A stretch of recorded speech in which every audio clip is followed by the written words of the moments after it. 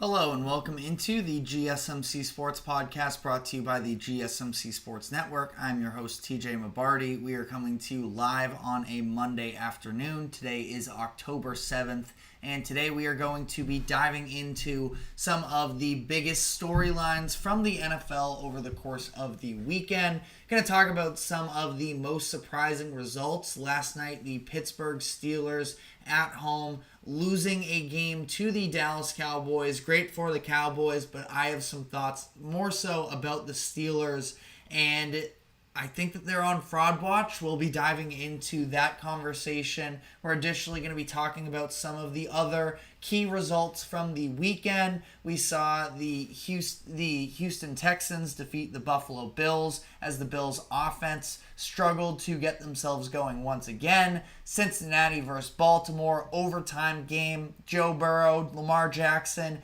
an incredible quarterback duel, and yet it is the Bengals falling short, and seems like their season might already be over after starting 1-4. So we'll talk about that. We'll talk about, as I mentioned, Josh Allen, the New England Patriots as well. Not exactly a shocking game there, but one that I want to fixate on, as I think that we are desperately getting into, a real conversation about the need for Drake May to start. On top of it, you get the news with the team as well that Jabril Peppers has been arrested, so we'll be covering that. And then finally, we are going to end off the show by just giving some brief thoughts on the fact that LeBron James and Bronny James did become the first ever father-son duo to take an NBA court together. So we'll be diving into that as well. But before we get into all of that, just a reminder to like, follow, subscribe wherever you keep up with us. To any of our live viewers, be sure to use the comment section to give us your thoughts on the latest happenings in sports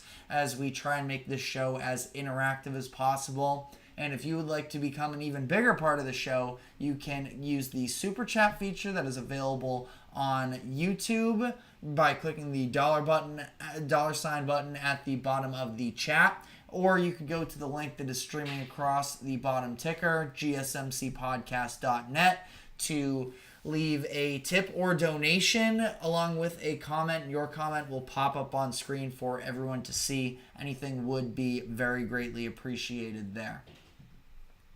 Sunday Night Football, Dallas Cowboys, Pittsburgh Steelers, one of the top two historical teams in the NFL, and neither one of them are exactly firing on all cylinders at this point. That being said, I did think that this was a golden opportunity for the Steelers coming off of their loss last week against the Indianapolis Colts to sort of, stay afloat in this whole race. You have the Ravens behind them who seem to be starting to heat up. And the Steelers, on the other hand, do seem to be a little bit rudderless, especially on the offensive side of the ball, where we have been sort of singing Justin Fields' praises for the past few weeks about the improvements that he's making within that Steelers offense. And now we're seeing some real limitations. Really was not much of a passing attack whatsoever for Fields in this game. He was 15 of 27 with just 131 yards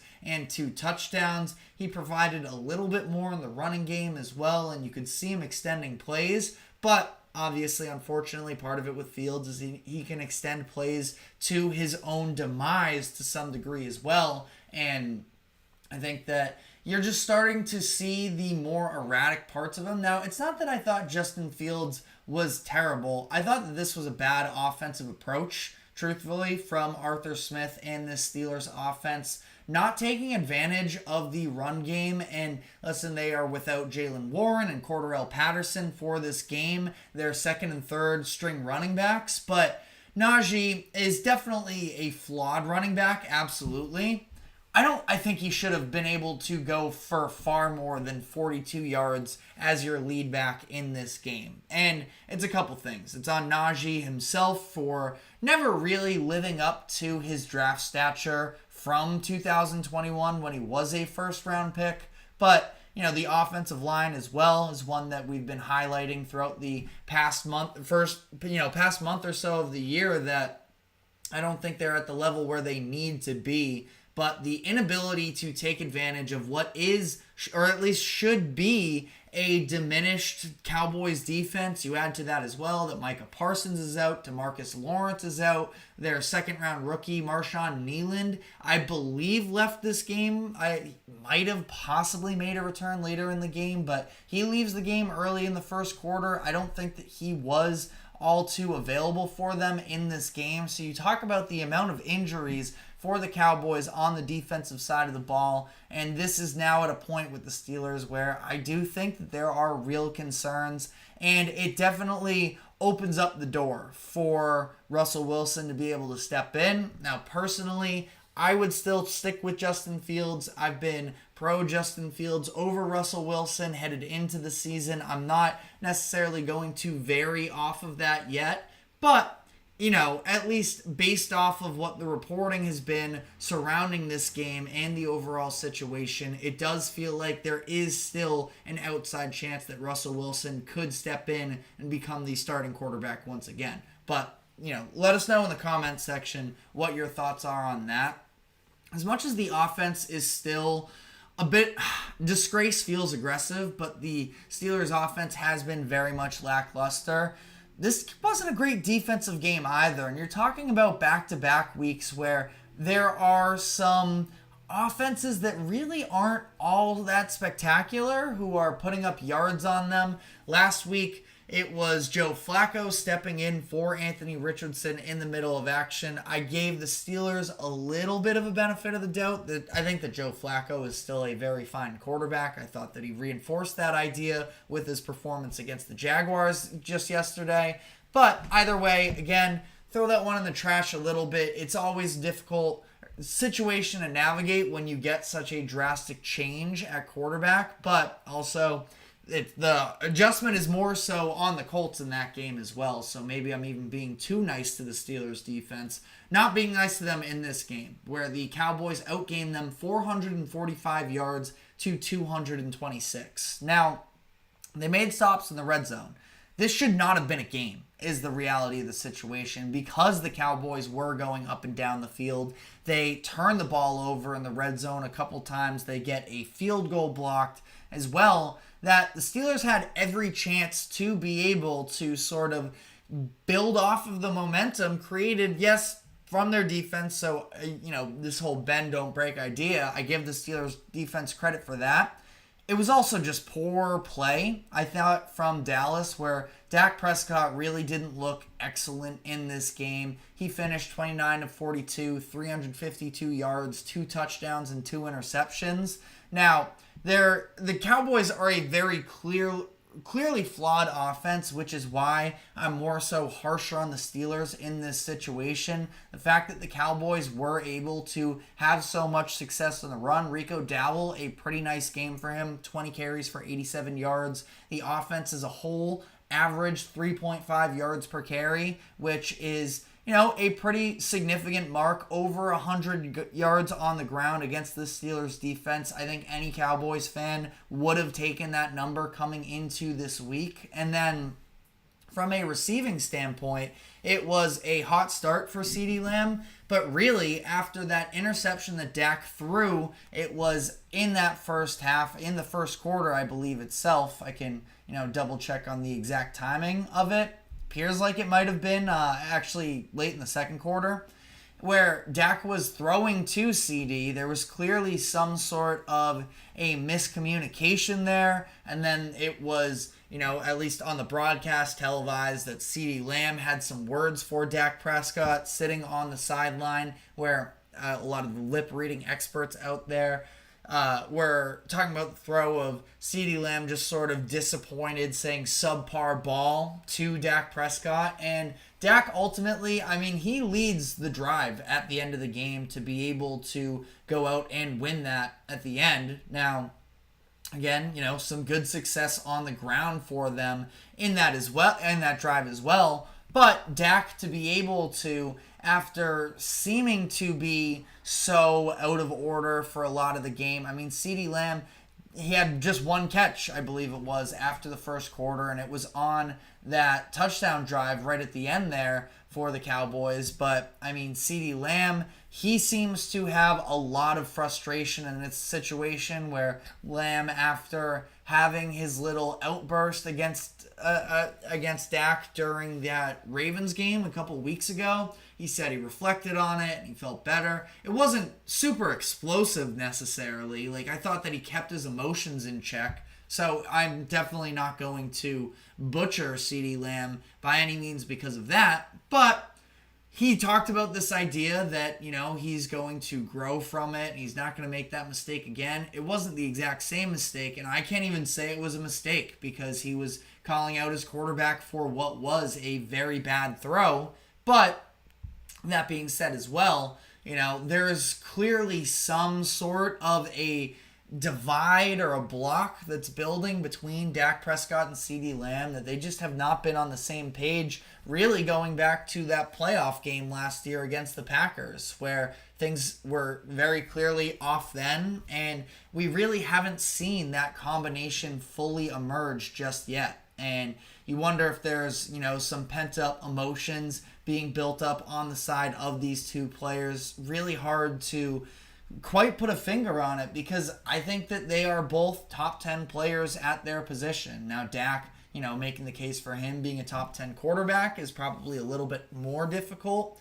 I still feel like I would stand by that take. I had him as his top 10 quarterback coming into this season, and I don't think that he's been lapped necessarily by all too many guys. Now, there are players that individually have been playing better, but in terms of at their core, if I need you to go, show out in a big moment, I understand that Dak doesn't have an elite track record at that, but he's also, been one of the best quarterbacks in the league. Even if he's not elite, he has been one of the best quarterbacks in the league for the past few seasons. So, again, I'm having a really hard time putting a finger on exactly what it is with that Cowboys offense that isn't there, and specifically referring to that relationship between Dak or CeeDee. But it's another game where, the Cowboys win. You have to give them credit for that. It's a pretty solid win without a number of their top players to be able to go into a hostile environment in Pittsburgh in terrible weather. You have the weather delay at the beginning and still be able to come out on top. That's great. Still haven't been super convincing, really, in either of these past two wins. Now, you get on the board. At the end of the day, the most important stat is the win as opposed to the loss. So the Cowboys will take it.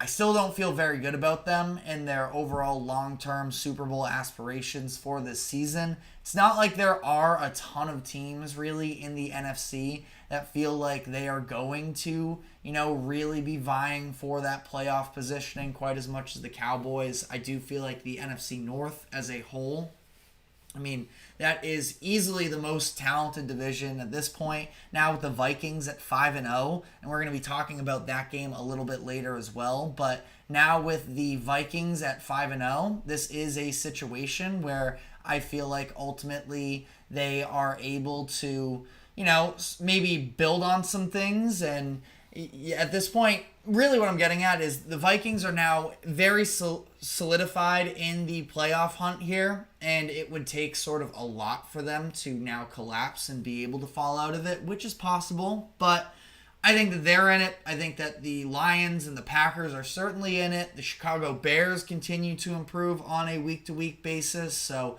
they're in the hunt as well. You look at the NFC West, that division's wide open. Right now it's the Seahawks leading there, even though they're coming off of 2 straight losses as well. That all of those teams are still sort of in the hunt. The 49ers I don't expect to be going anywhere. The Cardinals, as soon as I sort of wanted to lean in towards getting off of them, they pull off an upset win against the 49ers, so they could have their hat in the mix.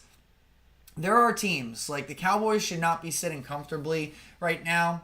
Now, again, 3-2 is not a bad position to be in, but I think we need to start to see a lot better production on the field from their offense is really what it comes down to as well, because their defense played well in this game, and give them their props. Specifically, DeMarvion Overshown has become, a real standout player for them on defense, and ideally they're going to get healthier from here. But as things stand right now, I mean, they are a defense that can get moved around a little bit. Didn't quite come up in this game, but I think the Cowboys are not quite at contention level. Now, they benefit from playing in the NFC East, which hasn't looked great, but now you also have the Commanders in the mix along with the Eagles. There are a lot of obstacles for the Cowboys moving forward here. So I don't think they can be feeling great. Steelers have to be feeling pretty poor. We'll see what the reporting around that Justin Fields and Russell Wilson situation is as the week plays out here. But let me know what your thoughts are in the comment section on this game, as we are going to be pivoting a little bit and moving on to the thrilling game between the Baltimore Ravens and the Cincinnati Bengals that occurred earlier in the afternoon. So we're going to be diving into that game. But before we do so, we're going to have to take a quick break. Do not go anywhere. We will be right back. I feel like I'm losing my mind. Is everybody in the world blind? Please, Lord, give me a sign, a sign. I feel like I'm losing my mind. Is everybody in the world blind? Please, Lord, give me a sign, a sign. I wanna be the greatest. Everybody on the fake shit. I look around and feel like everybody is the fakest. I make this every day and I'm impatient. Hoping one day I blow up in the basement. Statement. The top is so vacant. I don't need shit that I think is amazing. Waiting for my day when I'm playing. Sold out shows for 1,000 faces. Hey, give me that crown. Get in my way and to be put down. It ain't your place. I'll diss my sound. If I want that shit, then I'll get it right now. I'm losing it. The losing fits. I'm losing shit. The stupid myth. You choose to live or choose to dip. You choose to fight or lose your grip and lose a gift. Oh. I feel like I'm losing my mind. Is everybody in the world blind? Please, Lord, give me a sign, a sign. I feel like I'm losing my mind. Is everybody in the world blind?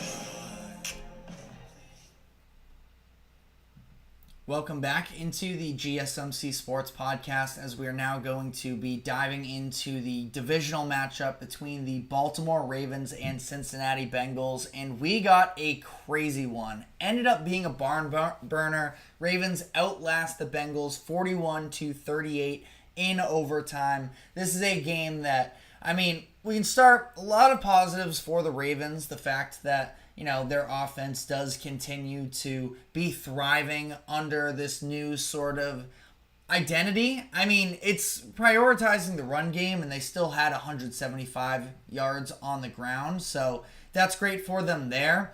Did finally see Lamar Jackson have to sort of throw his way back into a game, which I have been pretty adamant in the past that people don't give Lamar Jackson the credit he deserves for being able to throw his way back into a game. But, you know, that's what he did in this one, where the Ravens down, I believe it was 10 points in the fourth quarter, and he put together some really instrumental drives down the stretch of this game, specifically the touchdown drive towards the beginning of the quarter to knock the lead down to 3.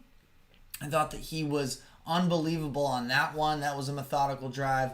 I want to double check the yardage there, but that one was a 70-yard touchdown drive there, where Lamar was mostly doing it through the air in those situations. Something that is worth noting, at least, and not for a good or a bad reason, but just, you know, putting out the facts of, you want to talk about sort of the Derrick Henry role of what is he really in Baltimore, and he is a lead back. Very clear, though, that when they are trailing and playing from behind, game catching up on them, it's a lot less Derrick Henry, which is understandable because of his limitations in the passing game, where we had at least seen, you know, marginal steps in the right direction. But that being said, I mean, it's pretty clear that the team favors Justice Hill in those moments, which is probably for the right. I don't know if Hill actually, he didn't do all that much from a production standpoint, but at least worth noting in terms of, again, just this idea of what is Derrick Henry's role with Baltimore right now. And ultimately, you get to overtime, and sort of on that same note of what is Henry,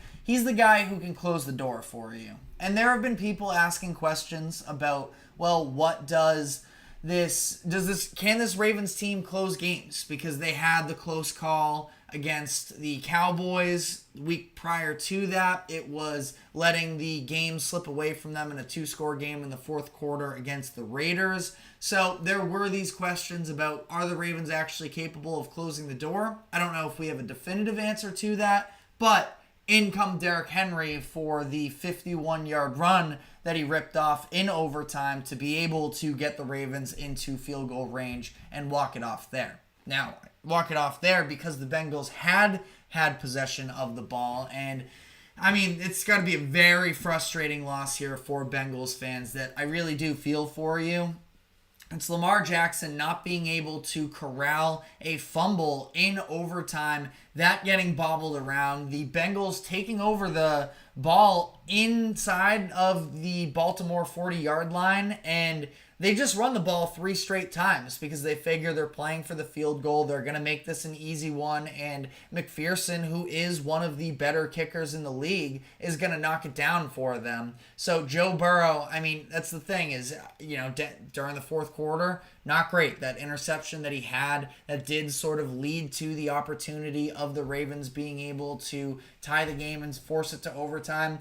That's a tough play that Burrow absolutely wants back, but he played more than well enough to win in this game. 30 of 39, 392 yards and 5 touchdowns, plus that final interception. I mean, they didn't even let him do anything in overtime, and I thought it was the right decision because, again, McPherson is a very reliable kicker, and that's a situation where, you feel like that should be largely automatic, but it's not a great snap. The holder ends up fumbling the ball as he goes down to place it, and McPherson ends up missing wide left. And, that sort of freak special teams play, which is ultimately, again, people want to discount special teams. A lot of time that's what it comes down to. Just ask the 49ers as well, who had their game pretty much lost as a result of special teams, that they ended up crumbling here in overtime, and it's very unfortunate for the Bengals, who were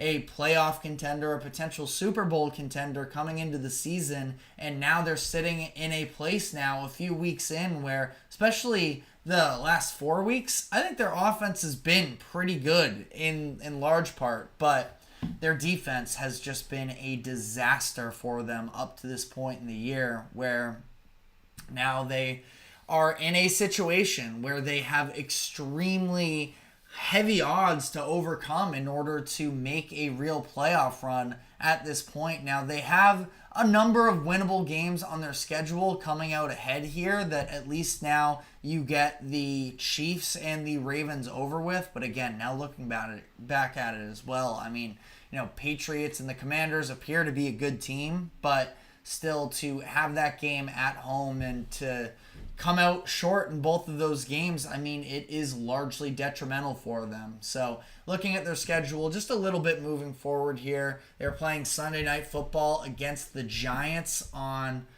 next week, by the way, for NBC to not flex. The Ravens-Commanders game, I think, is going to be next week's matchup. Was talked about getting that into the primetime spot.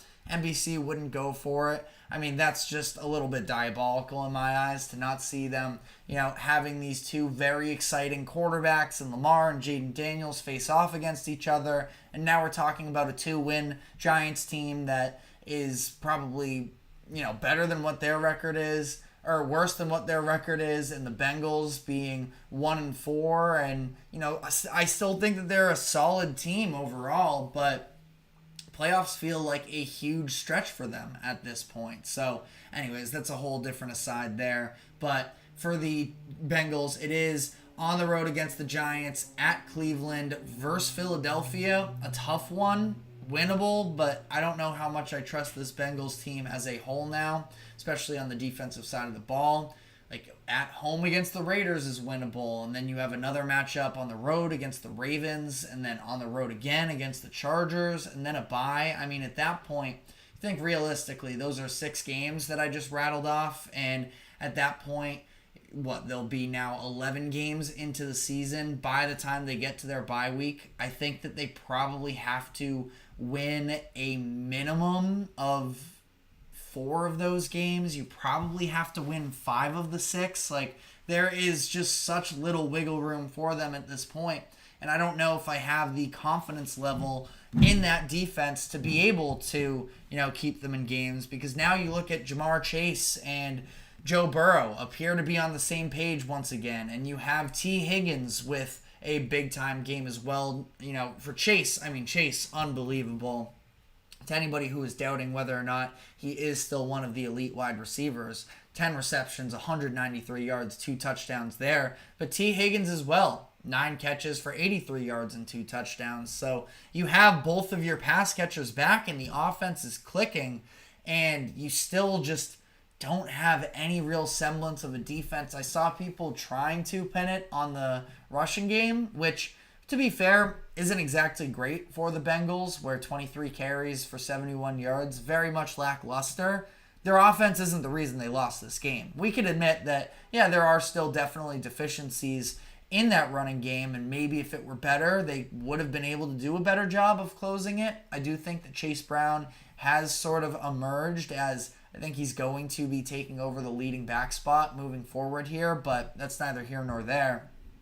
The defense has just been absolutely brutal for them, where you look at this recent stretch of games for them where they allow 41 points to the Ravens, even last week in a win, but allowing 24 to the Panthers. Like, that's a situation where, listen, I understand that the Panthers are actually a somewhat feasible offense at this point, but definitely didn't look good in this week's game against the Bears. So, it would have been a huge statement spot for the Bengals defense to show out in that game. Instead, you allow 24 points coming off of allowing 38 to the Commanders as well. So it's a mess there for the Bengals. And again, I am still going to be a defender of Joe Burrow and that offense, because I just don't think that is the problem with this team. But that being said, this team has problems, and they have them on both sides of the ball. I don't think the offensive line exactly is all that great either. I know dealing with a couple injuries at tackle there.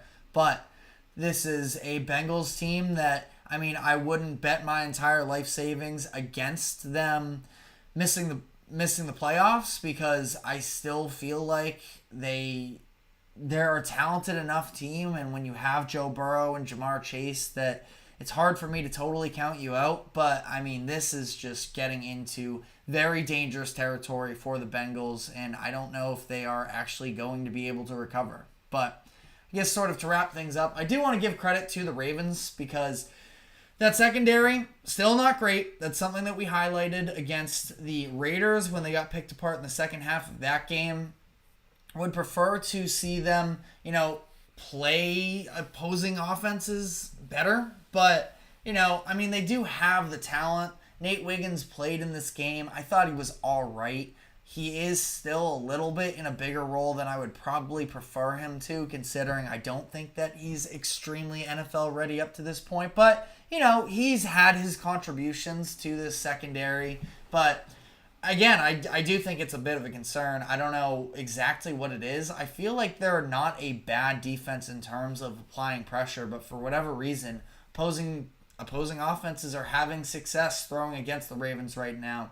Something that they absolutely are going to need to correct. And, time will tell here. But let me know what your takeaways were from this game. We are going to be moving on to another one of those top AFC contenders, or at least perceived to be, in the Buffalo Bills, where once again, that Bills offense really struggled to develop all that much of a rhythm. Josh Allen finished the game, I believe it was 9 of 30. So we are going to be diving into what exactly went wrong with the Bills and, talk about their chances moving forward here, because they are in a very winnable division, but this is certainly not a winning brand of football that they've put out on the field these past couple weeks. So we're going to be diving into that. But before we do so, we do have to take a quick break. Do not go anywhere. We will be right back. Looking for your daily fix of sports talk without having to pay for it? GSMC Sports Network is available on YouTube. Just search GSMC Sports Network. Get your fix of daily sports talk shows on YouTube, absolutely free. NFL, college football, NBA, MLB, MMA, UFC, fantasy football, and so much more. GSMC Sports Network has shows running all day long, with new sports shows starting every 2 hours. Just like on your favorite cable sports channel, except GSMC Sports Network is absolutely free. Just search GSMC Sports Network on YouTube to catch one of your new favorite shows, like the GSMC College Football Podcast, Chip Shot Football Podcast, Hoops and Heels Women's Sports Podcast, GSMC Basketball Podcast, and so many more. Check it out for yourself. GSMC Sports Network, now available on YouTube absolutely free. Search GSMC Sports Network on YouTube right now.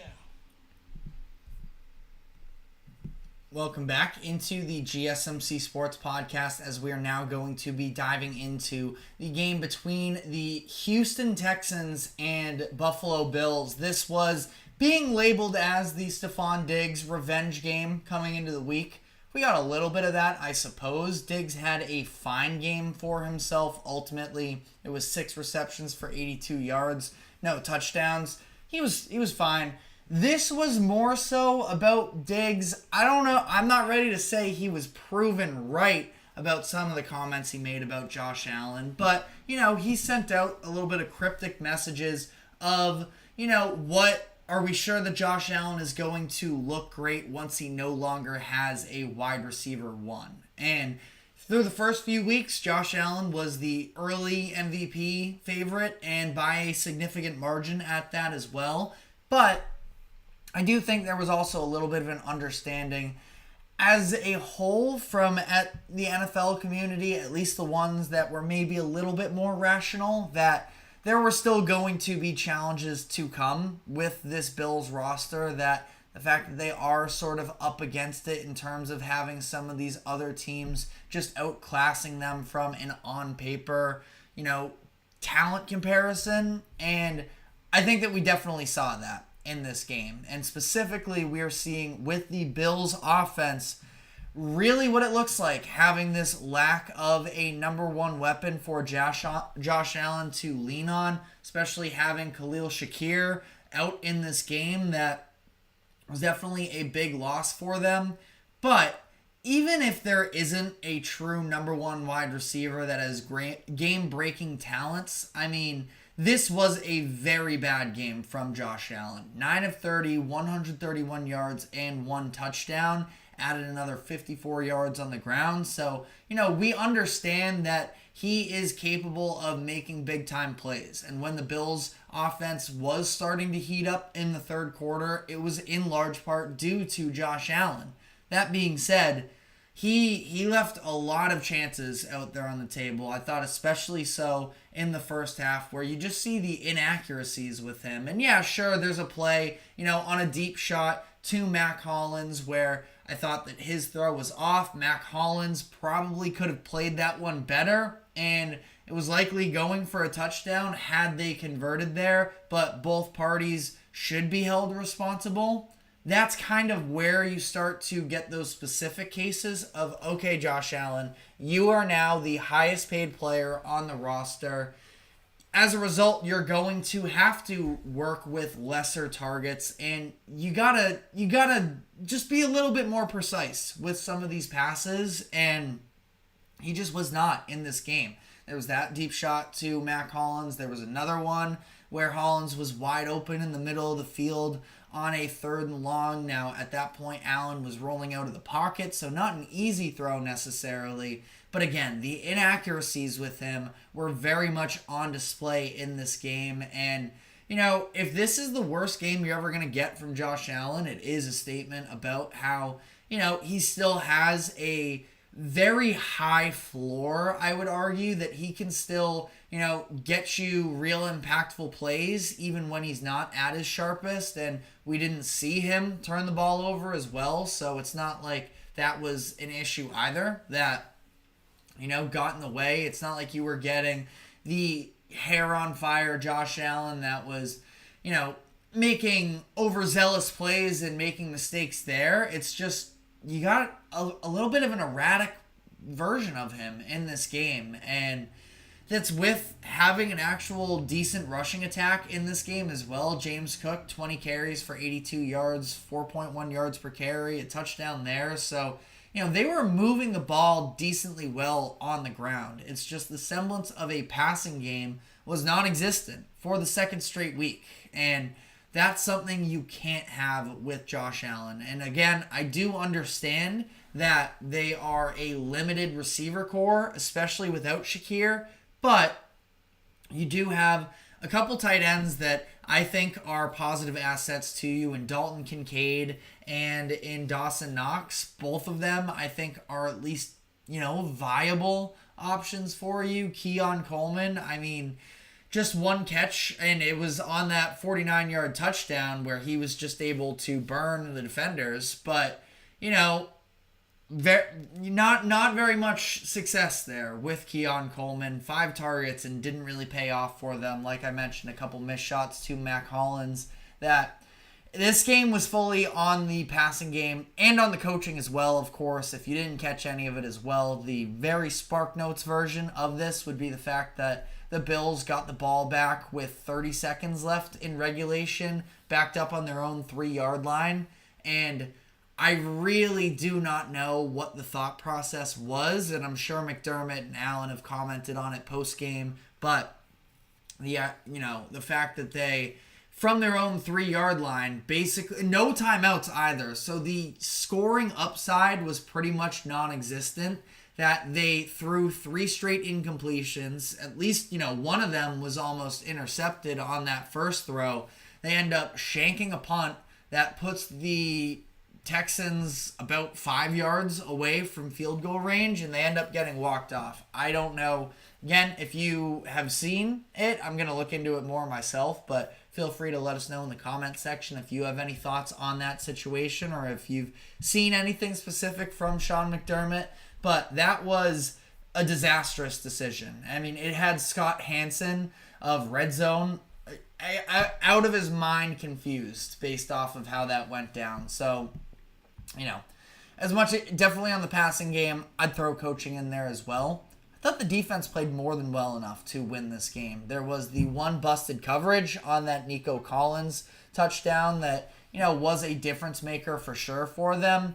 But ultimately, they did a pretty good job of, bottling up the offense, forced a couple turnovers. There was C.J. Stroud fumbling on a strip sack, and he threw an interception at one point as well. So being able to hold on like they were against the Texans felt pretty good to me. And, the running attack really wasn't great for Houston. That was the one area. You saw Terrell Bernard, the linebacker, come back in, who had been dealing with a pec injury since that Dolphins game in week 2, that he was able to play. He, had a solid contribution in this game.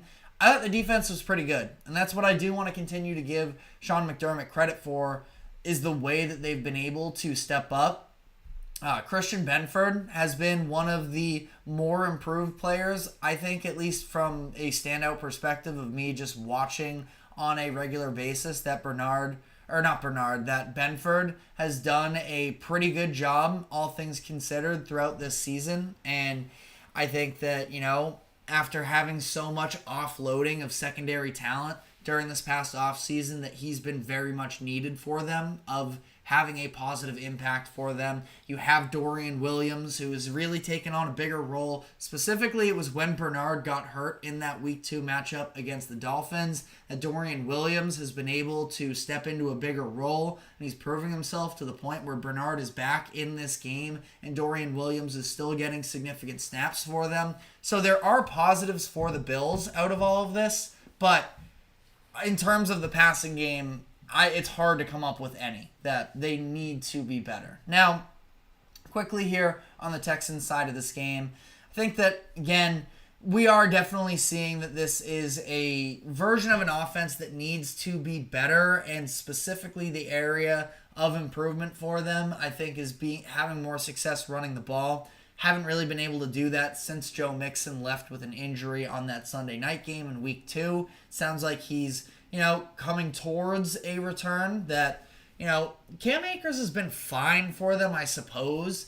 in these past couple weeks. I thought that he showed, some moments in that Vikings game on individual runs, even though the overarching stats weren't all that great for him. This game, 9 carries, 42 yards, and a touchdown. So, he's been somewhat productive for them. Agumbawale as well, at least this game was not the game for him. He's at least been a part of the offense, but, averaged just 2 yards per carry on 15 attempts in this game as well. So, I think that Joe Mixon will round them out a lot better. Dameon Pierce, we'll see again, because now at this point they have so many names in that running back room that it'll be interesting to see who really takes over for them. But I do feel like, generally speaking, the Texans are still making pretty good pace. It was an ugly, ugly loss, absolutely, for them to the Vikings a few weeks ago.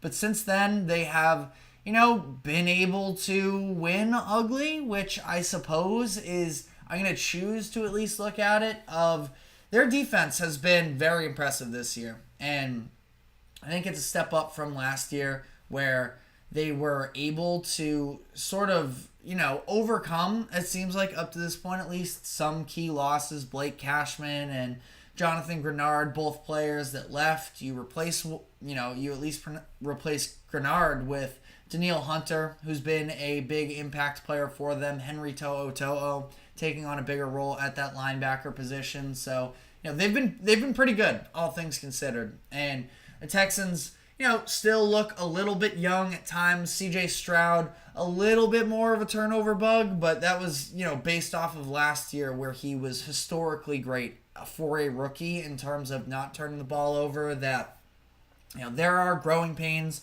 Opposing teams have a little bit more film. I'm not worried about the Texans. The Texans are very firmly in that, not that we're going to do power rankings right now, especially since the week isn't over, but the Texans are, in that conversation for being a top 5 team in the NFL. They're in a division that I think is basically theirs for the taking at this point. Now that the Colts, I know the Colts with Flacco have built up maybe a little bit of momentum over the past couple of weeks. Ultimately, I don't think that team's in the hunt, and the Texans should be able to pretty easily cruise their way into a playoff spot. But it's more than just that for them. I think that from here on out, trying to do whatever you can and taking advantage of those divisional matchups, the number one most important thing for them in this as a whole is to take care of business, put yourself in the best possible position for potentially getting that 1 seed.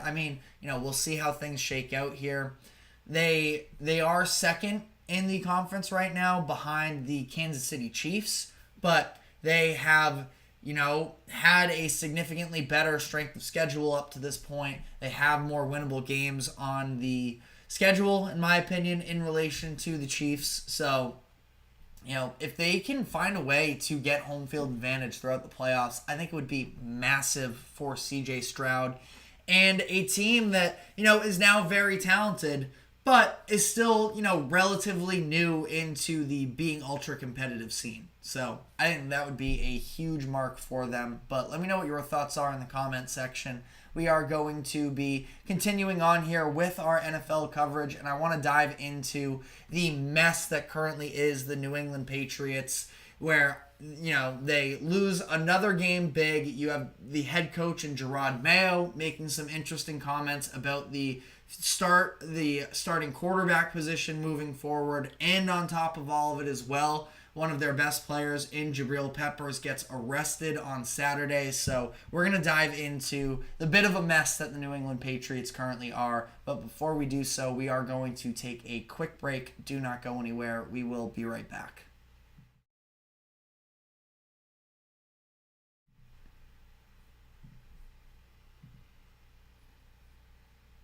For the best and latest podcasts available anywhere, go to the podcast app on your cell phone and type in GSMC to access free content-rich podcasts on health and wellness, book reviews, sports, entertainment, relationships, social media, movies, technology, finance, and even weird news. Subscribe and download the GSMC Podcast Network's family of shows, available everywhere podcasts are found.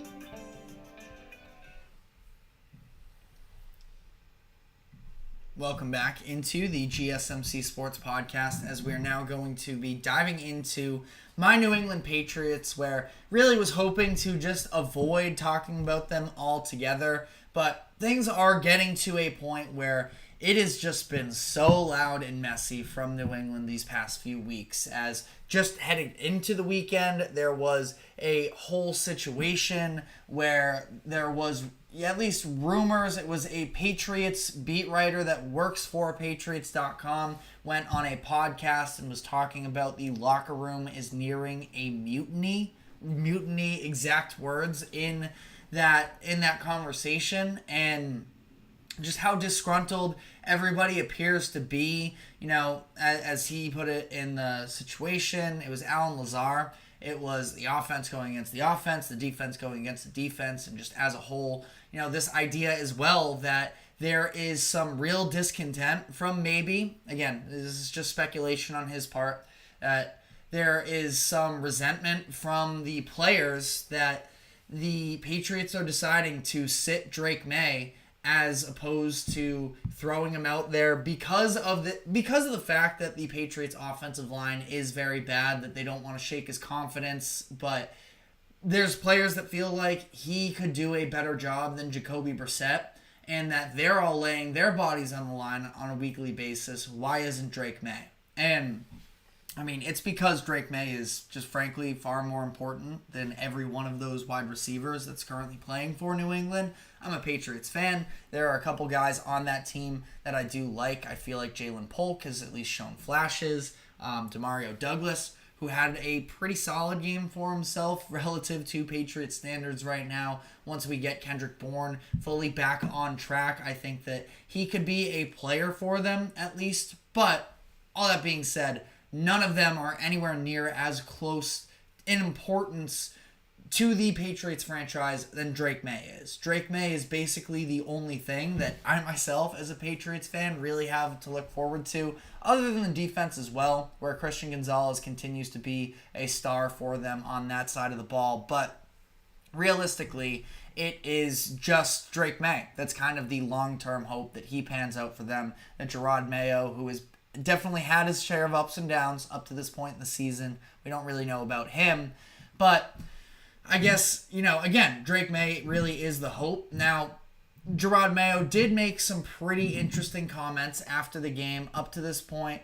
He's kind of been a mixed bag in terms of what he says to the media, where he pretends like he's been consistent, where he had a specific quote about, he said, quote, "I think I've been pretty consistent in my messaging that every single day we're all being evaluated, and that's no different now." He was asked that in relation to what that starting quarterback position looks like between Drake May and Jacoby Brissett.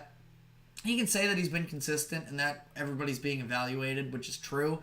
I think that he also hasn't exactly been consistent in terms of, how secure that job is. And he's been a little bit back and forth in terms of the quotes that he's given as to where May is and how close he is to being able to start. But it sounds like Mayo is sort of nearing that decision that it might just be time to start Drake May. And given what we saw from the Patriots in this game against the Dolphins, I can understand why. Where they end up losing this game to the Miami Dolphins, who had been the worst offense in the league since Tua Tagovailoa went out with that concussion. And they lose this game, not even because the Dolphins offense just figured it out. The exact ESPN, too, when I looked at the website, the title for the recap that was written on ESPN.com is "The Dolphins made so many mistakes against New England, the Patriots made more in Miami's 15-10 win." Like, that just goes to sort of be an example of how bad things are with New England right now, where you have Jacoby Brissett, where I do feel bad for him because he's a little bit of a sacrificial lamb going out there and just getting, smoked every few plays behind what is a bad offensive line. But I do also want to give some credit to Bill Simmons of The Ringer for, I was listening to some of his show earlier today, and he mentioned this idea that the passing attack with Jacoby Brissett in New England right now is so non-existent that it makes the offensive line look worse because it gives defenses the green light to be able to just send blitzes like crazy. That there's no real threat of, well, what, are they going to throw it over our heads if we send too many at them? Because the Patriots have not shown any capability of really being a downfield passing team up to this point. And again, I don't want to say that it's all on Brissett because the Patriots, they don't exactly have, like I mentioned, their offensive line is flat out not good, and their receiving core is largely mediocre, and it's just a situation where, again, Brissett, sacrificial lamb, there also comes a point where you just have to be able to show something, some sort of a vision of, well, this is what things could look like. And maybe it's just that Brissett isn't the right fit for the Patriots right now, given the fact that he's shown some levels of mobility, but really hasn't been, he's not somebody that's going to scramble himself. He has something like 50 rush yards on the year. Specifically in that Bengals game, I thought that he showed a couple runs downfield for a third down conversion, at least one of them. He's done a fine job of, maneuvering the pressure and everything, but it's clearly not a skill set. To be fair, I don't know if Drake May is going to be ready for that, even still. And I'm sort of at a point here where selfishly as a Patriots fan, I'm like, all right, well, it can't get worse from here. That's a sentence that I've felt myself saying just about every season since Tom Brady left, and it continues to get worse and worse. That I do understand if they feel like they need to apply some sort of a jump start here and put in Drake May. I'm at the point where I understand the risks that are involved. I would be understanding of it. But, that being said, it goes beyond just the quarterback position. And, like I mentioned, there were all of these, ideas at least. I don't even want to call them reports because it's not like Lazar was specifically reporting on it, that it was with any confirmed sources. He was just saying he's been in that locker room and it feels like things are about to get messy. It just continues to get even messier, where now you look at the fact that one of the Patriots' best players right now and a key, signing for them in the offseason, they didn't do all too much. One of their things was to re-secure Jabril Peppers, their safety, for another couple seasons, and it's announced that he is arrested for, we have the specific details on the report. This is according to WBZ Police, that Peppers is charged with, quote, assault and battery on an intimate partner, assault and battery with a dangerous weapon, strangulation, and possession of a Class B drug that police believe was cocaine. That was according to the Boston Globe, or WBZ, excuse me. So huge red flags there. Now, it sounds like Peppers' team is pretty confident that they're going to be able to get Peppers fully exonerated. That was sort of the statement that was put out from Peppers' attorney.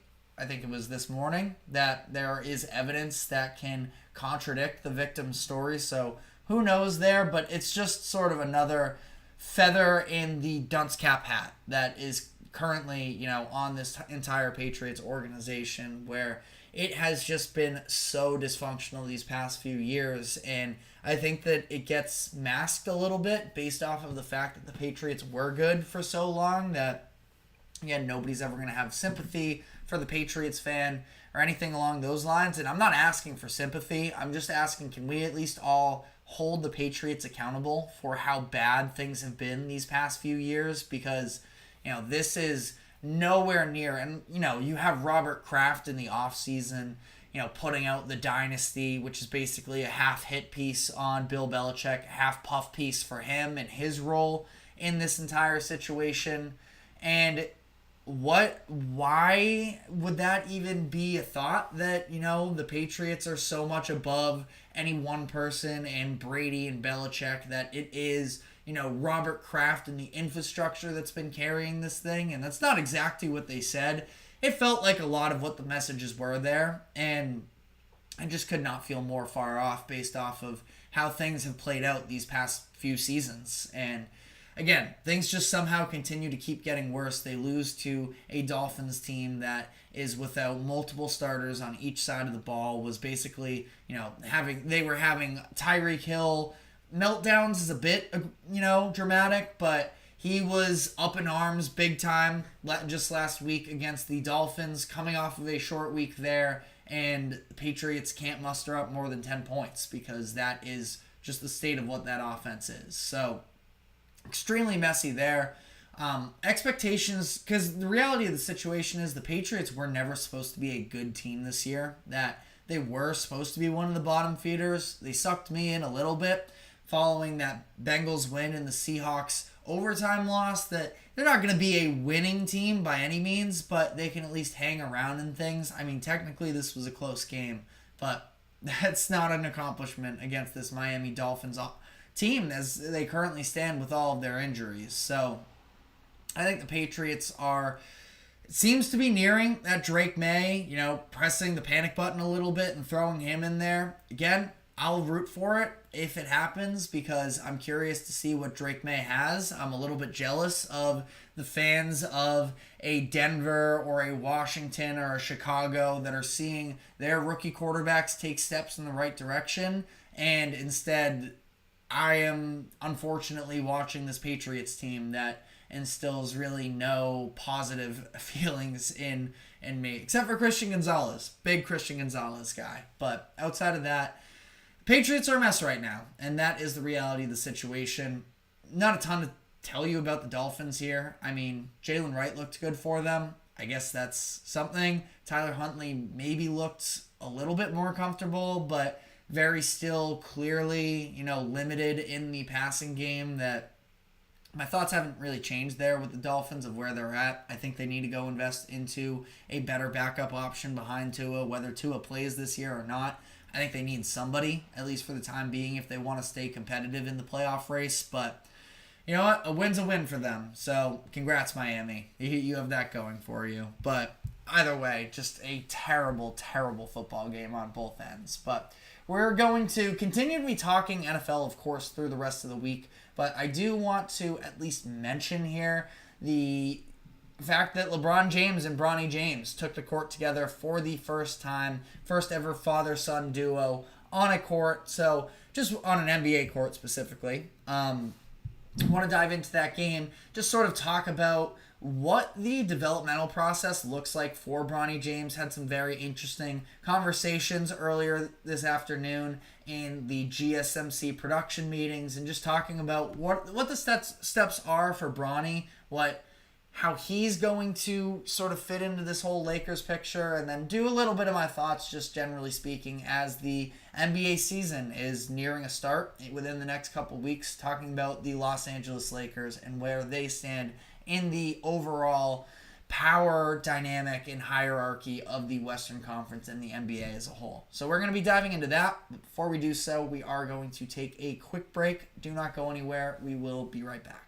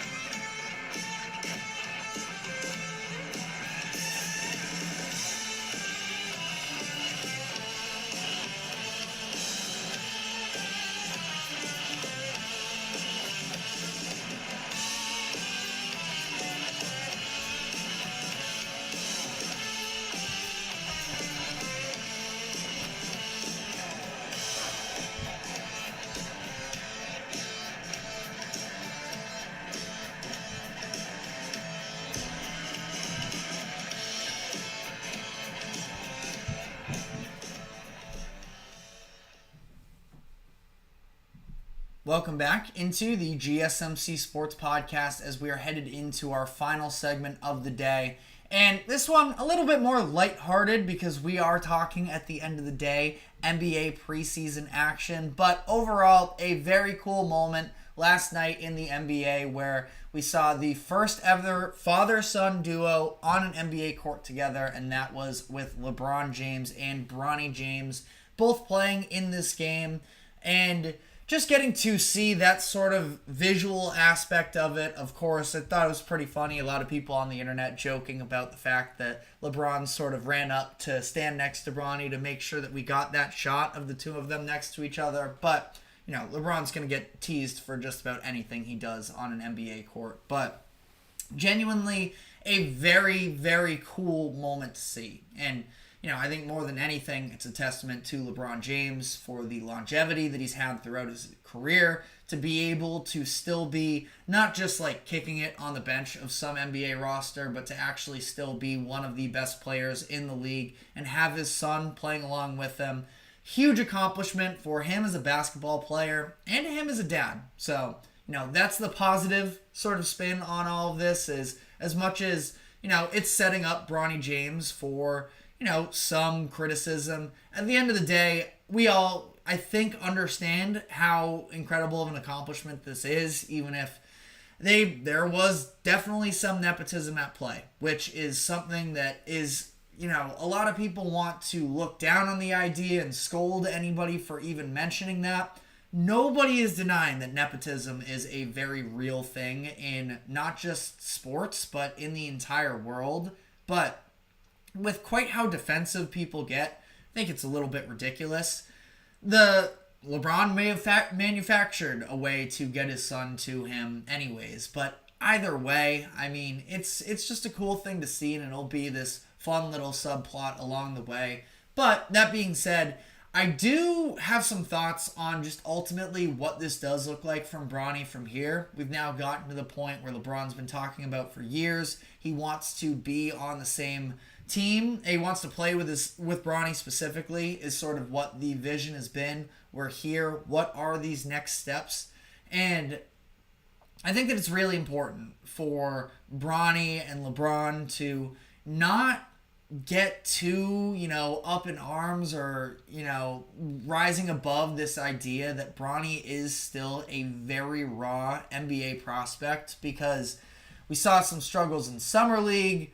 Really didn't look great in this game together. I mean, he recorded a couple rebounds, but outside of that, 4 turnovers in this game. He's not somebody who really can be trusted with the ball in his hands a lot. And to be fair, that's never who he has been, dating at least back to USC. I can't say I'm familiar with, you know, his tape from when he played in high school, but I watched the USC games and he seemed like he needed to sort of take some steps. Specifically, the decisiveness with him is something that I really noticed at USC, where you can see he has basketball knowledge, but it's about having more confidence and taking those quick hit decisions. I feel like he was at USC. Weird situation where obviously the cardiac arrest situation at the end of the summer keeps him out for the first half of the season, that by the time he gets back there, it's a USC team that's already sort of trying to dig themselves out of a bad start to the year.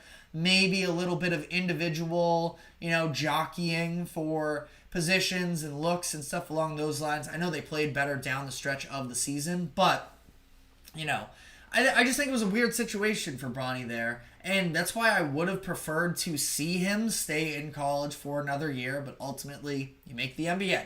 If you have that opportunity, hard to pass up on that. But now it's this idea that, you know, Bronny... So this is what I have to do some more research on, is the idea of Bronny being fully receptive to playing in the G League, and that is a situation where they were able to get him in, you know, they gave him a contract that was fully guaranteed, and it wasn't a two-way deal, but I think that he needs to actually play in some of these G League games, and it sounds like he is open for that, and I think that that's the right way to go about it. We had some conversations in the production meeting here at the GSMC Sports Network, and this idea of, well, people are going to make fun of him if he plays in the G League. People are going to make fun of him if he's not good enough in these games. The reality of the situation is, if you're so worried about scrutiny, the NBA probably isn't for you. Because this is, I think, the league where, superstars and just players in general are scrutinized more than in any other league, really, across American sports. Maybe you want to throw quarterbacks in that position as well. But there's no pleasing the NBA community. It's just the reality of the situation. And Bronny, he might struggle at times. The reality is you're not going to step into the league and be a rotation player from day one as the 55th overall pick. And it's one of those situations where, a lot of people have said, oh, well, Bronny's so overly criticized. He's the 55th overall pick. There shouldn't be any expectations for him. Okay, he's the 55th overall pick. Let's start to treat him that way. And that's not, giving, it's to some degree, get your money. I don't have a problem with the fact that the Lakers paid fully guaranteed for Bronny James, but let's start to actually, treat him like that, where he spends some time in the G League to develop, and he sort of works his way up onto the, professional roster, or I don't know what the correct phrasing of that would be, but get him up to the actual Lakers. And I think that we can't put him in baby wrapping paper, or bubble wrap is really what I'm looking for here.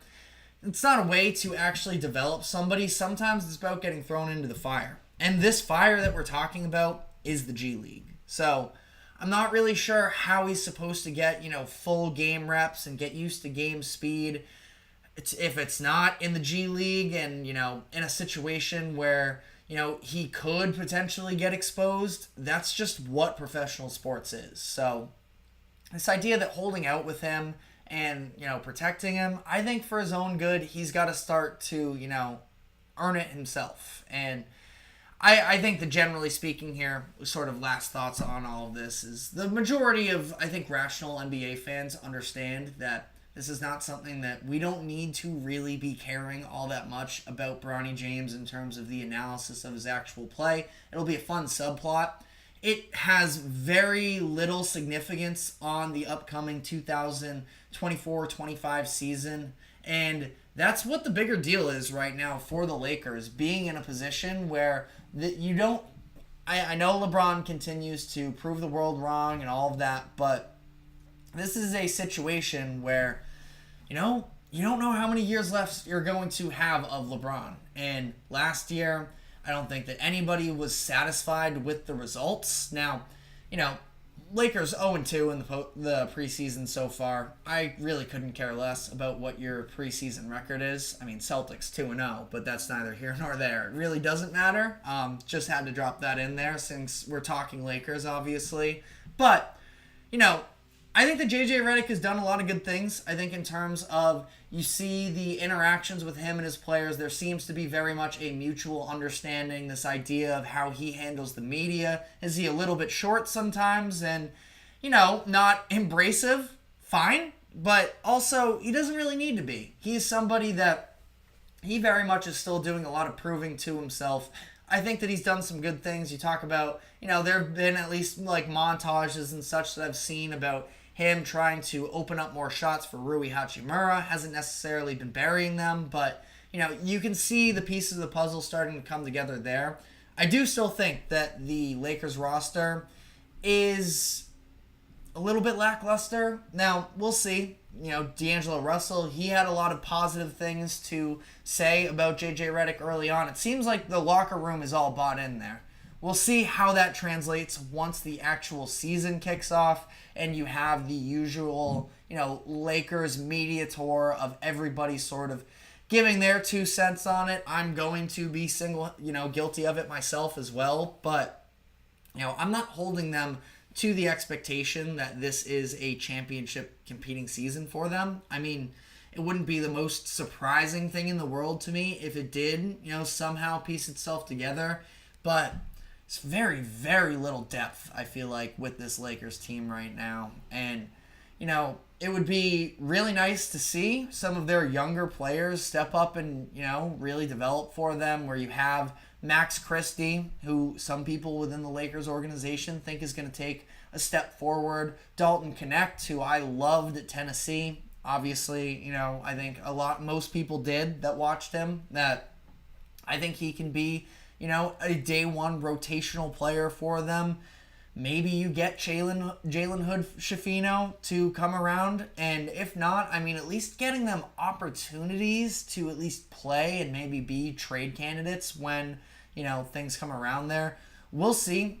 I think that the Lakers are pretty confidently, towards the bottom, or I wouldn't say towards the bottom, but not at the top is more so what I should say, in that Western Conference, where it's going to be very contested at the top there. And I think that the Lakers are probably a class below the top four. I would consider the top four myself to be probably the Nuggets, the Timberwolves, the Thunder, maybe the Mavericks. I'm not as high on the Mavericks as other people are, but Mavericks are probably still better than the Lakers are.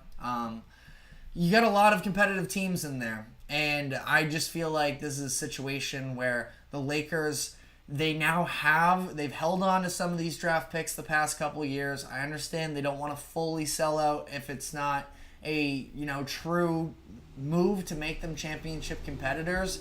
I think they got to be active on the phones this year is all. And I'm not saying you have to make some sort of blockbuster trade necessarily. I don't know. I guess when I look at that roster in terms of what do I want them to go get, I think that if you could work out some sort of a deal, I feel bad throwing D'Angelo Russell into trade conversations where he's been, for years now, but I do feel like you need an upgrade at point guard, and even not if that. LeBron can play the point for you. I think Austin Reeves can bring the ball up the court himself. I feel like just upgrading D'Angelo Russell into a better fifth starter there, I think, is probably the move. Austin Reeves, I suppose, is on the table, but I have a very hard time imagining that they part ways with him. And then I think they could really use a big as well. This is a team that, Anthony Davis for years has been talking about he doesn't want to play the 5. He kind of has to play the 5, and I agree with it based off of if you're not going to have the jumper, really hard to just because you don't feel like, banging in the paint quite as often, that, just because of the physical toll. I understand protecting your stars, but it's a basketball problem if Anthony Davis is the, a stretch type big for you, or, a 4. I think that's problematic unless you go get another center as well that can shoot. I don't know. Again, I think that there are a number of things the Lakers are just shortcoming in. I don't love their spacing. I don't love their size. I don't love their bench. So I'm not in on the Lakers for this upcoming season, but that being said, it's the Lakers. So they are going to be talked about. Some people still have expectations, especially with LeBron James. I guess we'll see how it all shakes out. But that is all the time we have for today. Thank you very much for tuning into the GSMC Sports Podcast. Thank you to the GSMC Sports Network for allowing us to host this show. Remember to like, follow, subscribe wherever you may be keeping up with us. Be sure to check us out on social media as well for more exclusive short content. And we will be back tomorrow afternoon at 2 o'clock p.m. Eastern, same time as always. We will see you then. Take care.